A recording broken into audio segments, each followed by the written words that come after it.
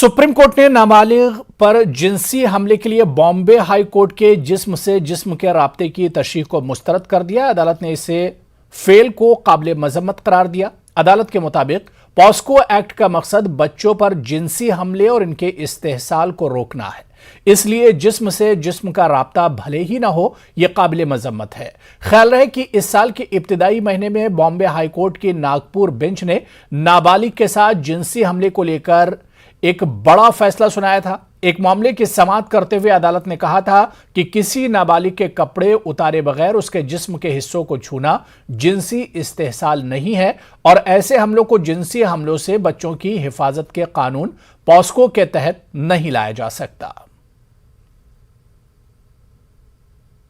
बच्चों के खिलाफ स्किन टू स्किन कांटेक्ट होना यौन अपराध के दायरे में है। हालांकि सुप्रीम कोर्ट ने आज अपने अहम फैसले में यह स्पष्ट कर दिया है कि अगर कोई भी व्यक्ति यौन इच्छा के मुताबिक बच्चों के सेक्सुअल पार्ट को कपड़े के ऊपर छूता है तो निश्चित रूप से वो पॉक्सो का अपराधी माना जाएगा। सुप्रीम कोर्ट ने बॉम्बे हाई कोर्ट के उस फैसले को पलट दिया जिस फैसले में बॉम्बे हाई कोर्ट ने स्किन टू स्किन कांटेक्ट के तहत आरोपी को बरी कर दिया था। बहरहाल सुप्रीम कोर्ट ने आज आरोपी को 3 साल की सजा दी है। हालांकि सुप्रीम कोर्ट ने अपने फैसले में यह स्पष्ट किया कि अगर कपड़े के ऊपर भी अगर कोई भी व्यक्ति यौन इच्छा के मुताबिक नाबालिग बच्चों के सेक्सुअल पार्ट को छूता है तो वो पॉक्सो के तहत ही ट्रीट किया जाएगा। हालांकि सुप्रीम कोर्ट ने यह भी व्याख्या की है कि इस प्रकार की व्याख्या जो बॉम्बे हाई कोर्ट का फैसला था, अगर उस पर विचार नहीं किया जाता तो आने वाले समाज में इसका गलत प्रभाव पड़ता। बहरहाल सुप्रीम कोर्ट ने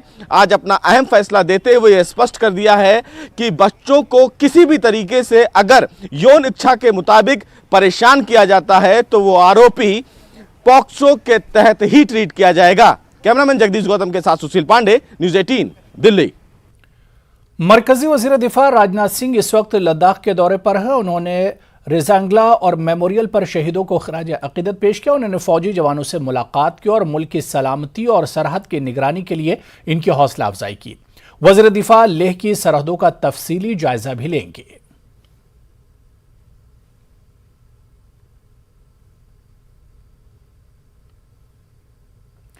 नेशनल कॉन्फ्रेंस के नायब सदर उमर अब्दुल्ला ने श्रीनगर में हैदरपुरा इनकाउंटर मामले में एहतजाज किया और इनकाउंटर में मारे गए अफराद की लाशें लवाहिकीन के हवाले करने की मांग की।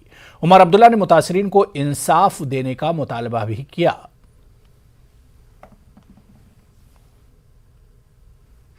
हैदरपुरा इनकाउंटर को लेकर यहां हर तरफ एहतजाज हो रहा है। इस वक्त यहाँ पे नेशनल कॉन्फ्रेंस के नायब सदर और साबिक वजीर आला उमर अब्दुल्ला खुद एहतजाज पर बैठे हुए हैं। उमर साहब, जो ये एहतजाज है, आप किस चीज को लेकर एहतजाज कर रहे हैं? हम सिर्फ और सिर्फ एक मांग करने के लिए यहाँ बैठे हैं कि उन खानदानों के साथ इंसाफ होना चाहिए जो इंसाफ हासिल करने के लिए आज तमाम दरवाजे खटखटा रहे हैं। वो कुछ नहीं मांग रहे। उन्होंने किसी की फांसी नहीं मांगी, उन्होंने किसी के खिलाफ सजा नहीं मांगी। उन्होंने सिर्फ इतना कहा कि हमें वो लाश लौटा दिए जाएं ताकि हम अपने घर वालों को सही तरीके से दफनाएं, और वो भी उनको नहीं दिए जा रहे हैं। इस बात के बावजूद कि शुरू में पुलिस ने खुद तस्लीम किया कि ये क्रॉस फायर में सिविलियन जो है मारा गया, उस बात के बावजूद भी उसकी डेड बॉडी को लेके हंदवारा उसको दफन किया गया। तो आज मजबूरन हमने सुबह से इंतजार किया क्योंकि हमने सुना कि उनके घर वालों को पुलिस कंट्रोल रूम बुलाया गया था और हम उम्मीद कर रहे थे कि कल के जो फारूक अब्दुल्ला साहब ने एलजी साहब से बात की उसके बाद शायद इसमें कोई पेशरफ्त होगी। और लगातार, हालांकि 11 बजे से मैं यहाँ बैठने की तैयारी कर रहा था, लेकिन ये सोचते हुए कि शायद उनके घर वालों को इंसाफ हासिल होगा, हम दफ्तर में इंतज़ार करते रहे। लेकिन अब 1-1:15 बजे तक उनको वहाँ से अब निकाला गया, ये कहते हुए कि 2-3 दिन के बाद देखेंगे। ये चलेगा नहीं। हम चाहते हैं कि उनके घर वालों के साथ इंसाफ हो। एलजी साहब उनको अश्योर करे कि वो इंसाफ उनको दिलवाएंगे, तब तक नहीं तो हम शाम तक यहाँ बैठे हैं दुनिया को ये दिखाने के लिए कि यहाँ के लोगों के साथ नाइंसाफी हो रही है। इन लोगों ने इनके जो गुजर गए उस एनकाउंटर में, उनके घर वालों को मैं सलाम करता हूं कि इतने सब्र से उन्होंने काम लिया, इतने सब्र से काम लिया। कल रात को खामोशी से बैठे थे अपना प्रोटेस्ट लेके, पुलिस ने उनको वहां भी बैठने नहीं दिया।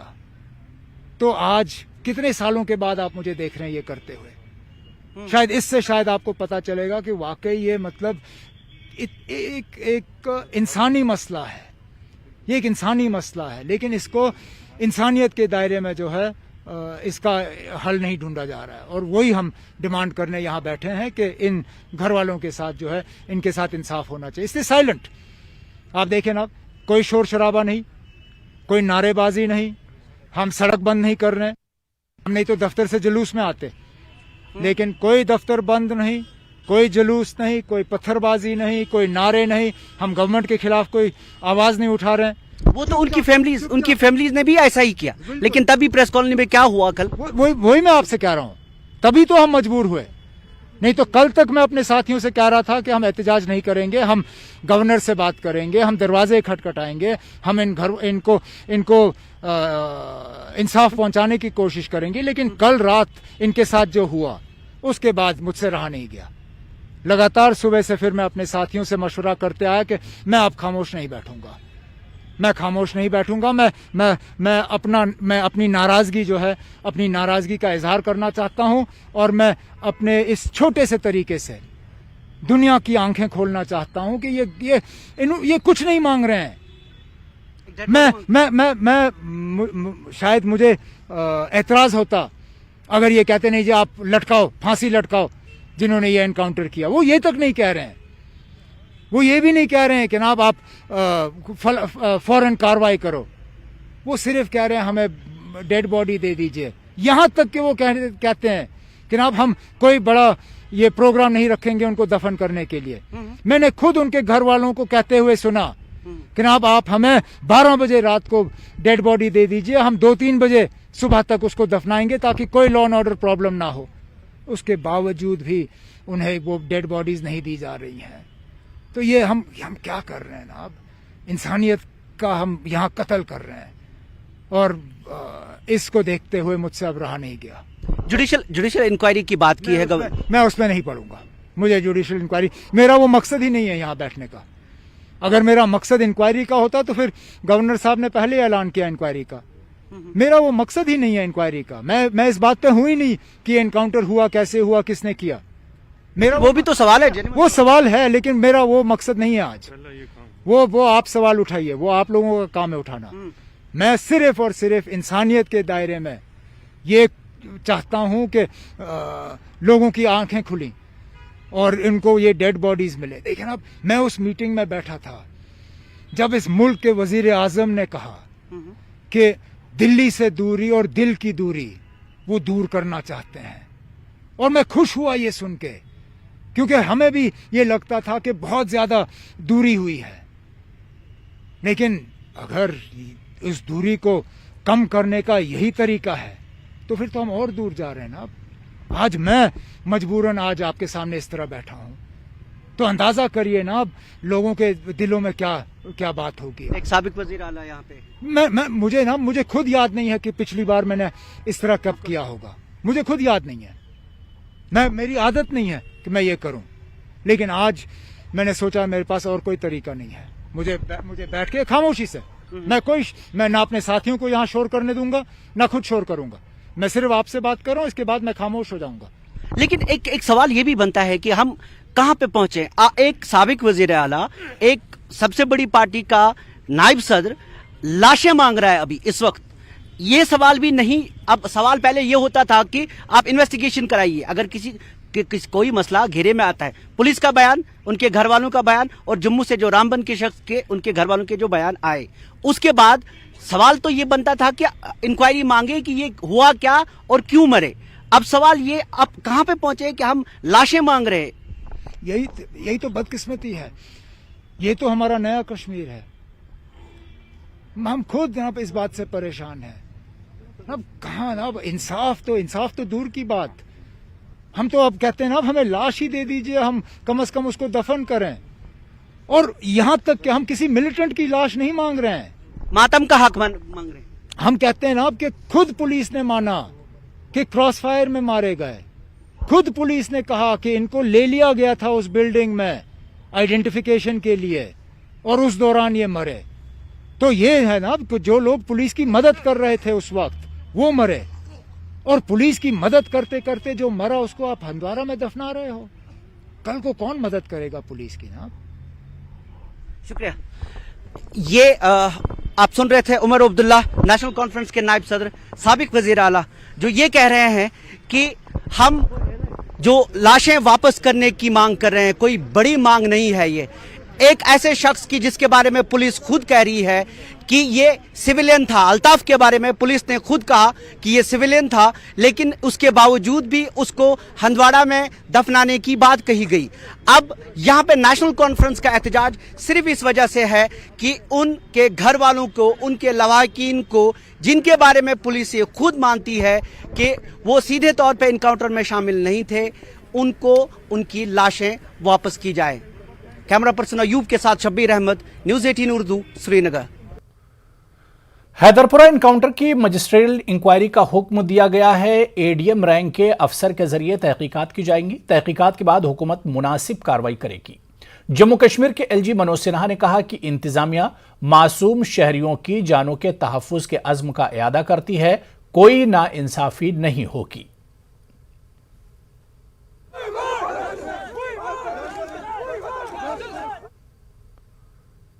उधर जम्मू कश्मीर पीपुल्स कॉन्फ्रेंस ने आज श्रीनगर में एहतजाजी मार्च निकाला और हैदरपुरा इनकाउंटर में हलाक अफराद के घर वालों को लाशें हवाले करने का मुतालबा किया। People's conference leader Khurshid Alam की क़यादत में यह एहतजाज किया गया। उन्होंने वज़ीर आज़म से इस मामले में मुदाखलत करने और मुतासरा खानदानों को इंसाफ दिलाने की मांग की। एहतजाजियों ने सड़क पर निकलने की कोशिश की, ताहम पुलिस ने इन्हें सिंगरमाल कॉम्प्लेक्स से बाहर निकलने नहीं दिया। That is the demand. That is the demand है कि अच्छा निमदाराना तहकीकात हो और टाइम बाउंड हो। ये गुफ्तन शनीदन बर्खास्तन वाली बात ना हो जो पिछले कई सालों से 30 सालों से हम देख रहे हैं। तहकीकात का हुक्म होता है, तहकीकातों के नताइज सामने नहीं आते हैं। We are hopeful and we are demanding vociferously कि इस बार इंसाफ किया जाए। इस बार वक्त के दायरे के अंदर इस बेवा को, उस बेटे को, उस भाई को, उस बाप को इंसाफ दिया जाए। एंड विद दैट पूरे जोर से all the words that are under my command, I demand on my party on behalf of my president Sajad Gani Lone कि उनकी लाशों को वापस दिया जाए। कौन से आईन में, कौन से इंसाफ में ये बात जायज है कि किसी मरे हुए की लाश को वापस नहीं दे रहे हो? जो सजा साहब ने कल बात करी कि वजीर आजम एक गार्डियन होता है, एक रखवाला होता है। हमारी पूरे जोर से ये अपील है कि वजीर आजम उस लड़की की, उस बेवा की, नौजवान बेवा की, उस भाई की, उस बाप की जिसका बेटा मर गया, उनकी नवा को, उनकी आहो पुकार को, उनके चीखो पुकार को सुने और सामने आए इंसाफ के तकाजों को पूरा करे और जमहूरियत। सुप्रीम कोर्ट ने महाराष्ट्र के साबिक वजीर दाखिला अनिल देशमुख को अपने खिलाफ सीबीआई जांच की इब्तिदाई रिपोर्ट देने की हिदायत देने की दरख्वास्त को खारिज कर दिया। अदालत ने अनिल देशमुख के वकील कपिल सिब्बल को बॉम्बे हाईकोर्ट जाने की इजाजत दे दी है। कपिल सिब्बल ने अदालत से कहा कि जांच एजेंसी को इब्तिदाई तहकीकाती रिपोर्ट और दीगर दस्तावेजात पेश करने की हिदायत दी जाए। इस पर सुप्रीम कोर्ट ने कहा कि अदालत को अपना काम करने दें। देशमुख को ईडी ने 1 नवंबर को prevention of money laundering act के दफात के तहत गिरफ्तार किया था।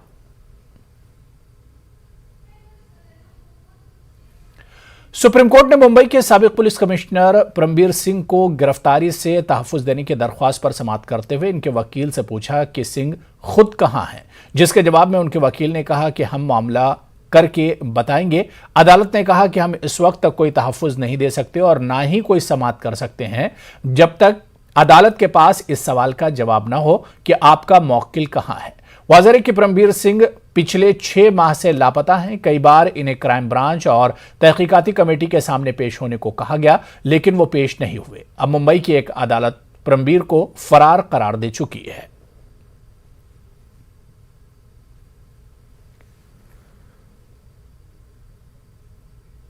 दिल्ली के प्रगति मैदान में चल रहे ट्रेड फेयर के सर्स जीविका में फरीदाबाद की धर्मवती के हुनरमंद हाथों से बनाए सामान लोगों की तवज्जो का मरकज बने हुए। दिलचस्प बात यह है कि धर्मवती ने शादी के बाद मिट्टी के खूबसूरत नमूने बनाना शुरू किए और इसमें इन्हें इनके शौहर का भरपूर साथ मिला। घर गृहस्थी और हुनर, औरतों का हक, कोई शक।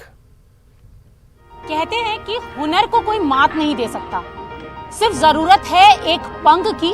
और कुछ ऐसे ही पंख मिले हैं फरीदाबाद की रहने वाली धर्मवती को, जिन्होंने शौक में मिट्टी के बर्तन बनाना शुरू किया और पति का सहयोग मिला। और उसके बाद आज आप देखें तो यहाँ पर जिस तरीके से फरीदाबाद की रहने वाली धर्मवती चाक पर सुंदर सुंदर बर्तन बना रही हैं मिट्टी के, किस तरीके से विदेशों में भी जाकर बिखेरा है। बहुत सारे ऐसे अवार्ड हैं जो कि फरीदाबाद की धर्मवती ने अपने नाम पर किए हैं। National award, national international award, state award. और आप देखें तो यहाँ एक लंबी लिस्ट है जो कि इनके नाम पर दर्ज की गई है। वोकल फॉर लोकल, आत्मनिर्भर भारत। और भारत की महिलाएं क्या कुछ नहीं कर सकती, इसका जीता जागता प्रमाण है यहाँ पर हमारे साथ बात करने के लिए धर्मवती देवी। धर्मवती जी, ये बताइए आपने कब से शुरुआत की थी इसकी? हमने शुरुआत करी, हमें वैसे तो अंदाजा है नहीं, पर 35 साल से ज्यादा हो गई। अच्छा, जो हम इस काम का कर रहे थे। तो शादी के बाद शुरू किया था, तो पति और परिवार का कितना सहयोग मिला इसमें? पूरा सहयोग मिला। बच्चों को भी आपने, सारे बच्चों को सेटल किया, तो आपने सीखा, ये अपने पति देव से सीखा आपने? पतिदेव से सीखा मैंने। क्या कहा आपने? आपका शौक था कि आपने सोचा कि मेरे पतिदेव का भी शौक ही था कि आगे भी इनका जो हुनर है वो और महिलाओं में बढ़े और महिला सशक्तिकरण आगे बढ़े। कैमरा पर्सन योगेंद्र के साथ रचना, न्यूज़ 18 दिल्ली। हैदरपुरा मामले पर 4 जानिब से एहतिजाज के बाद पुलिस ने महलूक अल्ताफ अहमद और डॉक्टर मुदस्सिर गुल के घर वालों से कहा कि दोनों की लाशें आखिरी रसूमात के लिए इन्हें दी जाएंगी। उमर अब्दुल्ला ने न्यूज़ 18 से बात करते हुए इसकी तस्दीक की और गुपकार पार्क पर अपना धरना खत्म कर दिया है। अब क्या एश्योरेंस मिली, आप एहतजाज खत्म कर रहे हैं? मैंने एक फैमिली मेंबर से बात की। उस फैमिली मेंबर को आप सब जानते हैं, आप ही के मतलब प्रोफेशन से ताल्लुक़ रखती हैं। उन्होंने मुझे कहा कि वो लगातार आईजी कश्मीर के साथ राब्ते में हैं और आईजी कश्मीर ने उनको अश्योर किया है कि उनकी डिमांड जो है वो कबूल की गई है।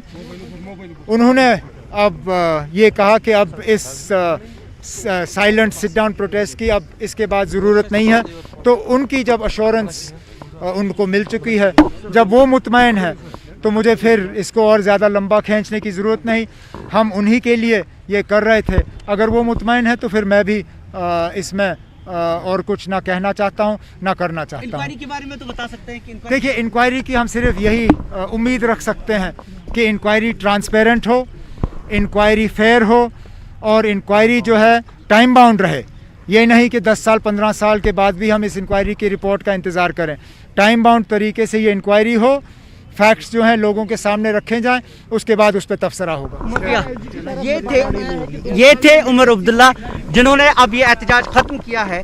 इनका कहना है कि उन्हें ये फैमिली मेंबर्स की तरफ से, जिनके लोग मारे गए हैं, उनकी तरफ से कहा गया कि उन्हें एश्योर किया गया है, उन्हें यकीन दहानी दी गई है कि उन्हें लाशें वापस की जाएंगी। साथ ही वो कहते हैं कि जिस इंक्वायरी का ऐलान किया गया है उसको वक्त पे किया जाना चाहिए, क्योंकि उनके मुताबिक उन्होंने खुद माना कि उनके दौर में भी अदालती तहकीकात हुई हैं जिनका अंजाम फिर हासिल नहीं हुआ है। 2010 की इंक्वायरी और उसके बाद भी जो 2010 में मामला सामने आए थे, उसमें भी एक इनकाउंटर हुआ था जो बाद में फेक साबित हुआ और उसके बाद जिस तरह 110 से ज़्यादा अफराद मारे गए थे और तकरीबन 500 के करीब ज़ख्मी हुए थे, वो सिलसिला भी एक फेक इनकाउंटर से शुरू हुआ था। अब की बार पुलिस कहती है कि इनकाउंटर फेक नहीं है, लेकिन जो उनकी दलाइल हैं, जो उन्होंने बातें सामने रखी हैं, उनसे ये पूरा जो इनकाउंटर तनाज़े में घिरा हुआ है। अयूब खान के साथ Shabir Ahmad, news 18 Urdu, Srinagar. Cyber city में एक तरफ खुले आसमान के तले नमाज के खिलाफ एहतजाज हो रहा है तो दूसरी तरफ भाईचारा बरकरार रखने की कोशिशें भी जारी हैं।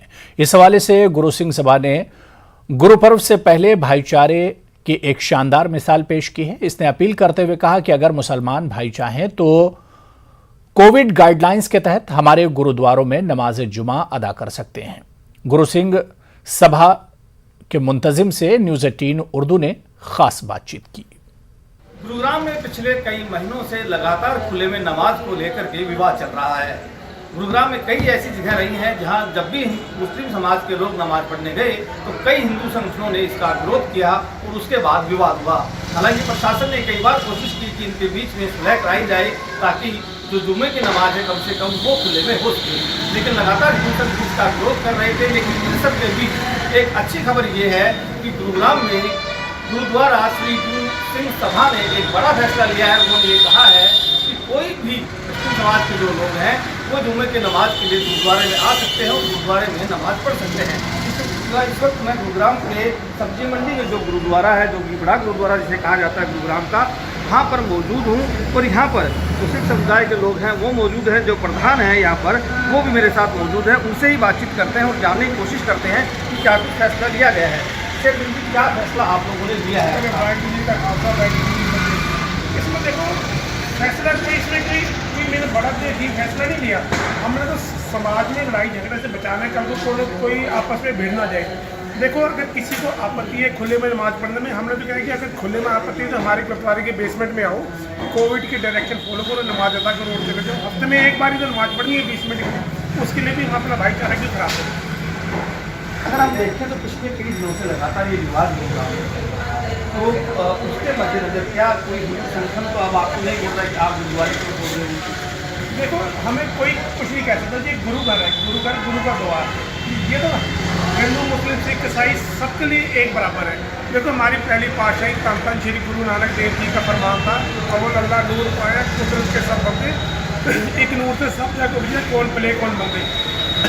उनका कहने का मतलब है जो मानव जाति सब एक समान है। इस तरह से आपने देखा कि जो विरोध हो रहा था प्रोग्राम में, आपके मन में भी तो बात आई है कि क्यों ये विरोध हो रहा है या क्यों हम गुरुद्वारा तो आपने पूछा होगा ना, तो आपने ऐसा आपको बात बनाया? हमने ये सोचा कि ये जो विरोध हो रहा है कहीं ये विरोध हिंसा में ना बदल जाए, तो उनको दूसरा समाज कहे हमने नहीं करना, वो कहे हमने यहाँ पे नमाज पढ़नी है। एक छोटी सी बात के पीछे टकराव ना हो जाए।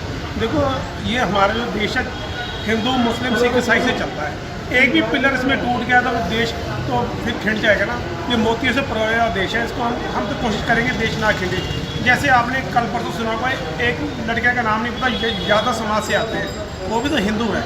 उन्होंने भी उनको कहा कि आप हमारे घर में नमाज अदा करें, अगर जगह थोड़ी ज़्यादा अपने दुकान के शटर खोलते तो वहाँ पर नमाज अदा करें। अब वो हिंदू है, उसने देशभक्ति का प्रमाण दिया कि नहीं दिया? अगर वो चाहता वो भी उनको भगा देता। हो सकता है उसको या तो समाज के लोग कहें तुमने ऐसा क्यों किया, लेकिन जो उसको वो कहेंगे वो अच्छी बात नहीं है। अब बिल्कुल, तो ये एक जो है बड़ा फैसला कहीं ना कहीं हम कह सकते हैं कि उस समय में आया है जब लगातार गुरुग्राम। तो चलिए इस बुलेटिन में भी फिलहाल इतना ही। आदाब।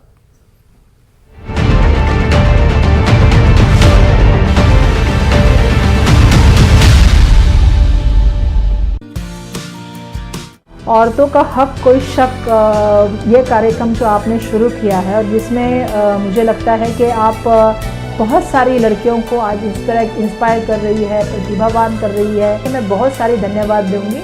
और हर एक बच्चे में ऊर्जा पैदा करने के लिए और आत्मविश्वास, और उसके लिए मुझे लगता है कि बहुत सारा उम्मीद भरा कार्यक्रम अगर किसी ने दिया है तो आपने दिया है। तो मैं न्यूज़ 18 को बहुत धन्यवाद दूंगी कि मुझे कोई शक नहीं है कि ये कार्यक्रम सक्सेसफुल है।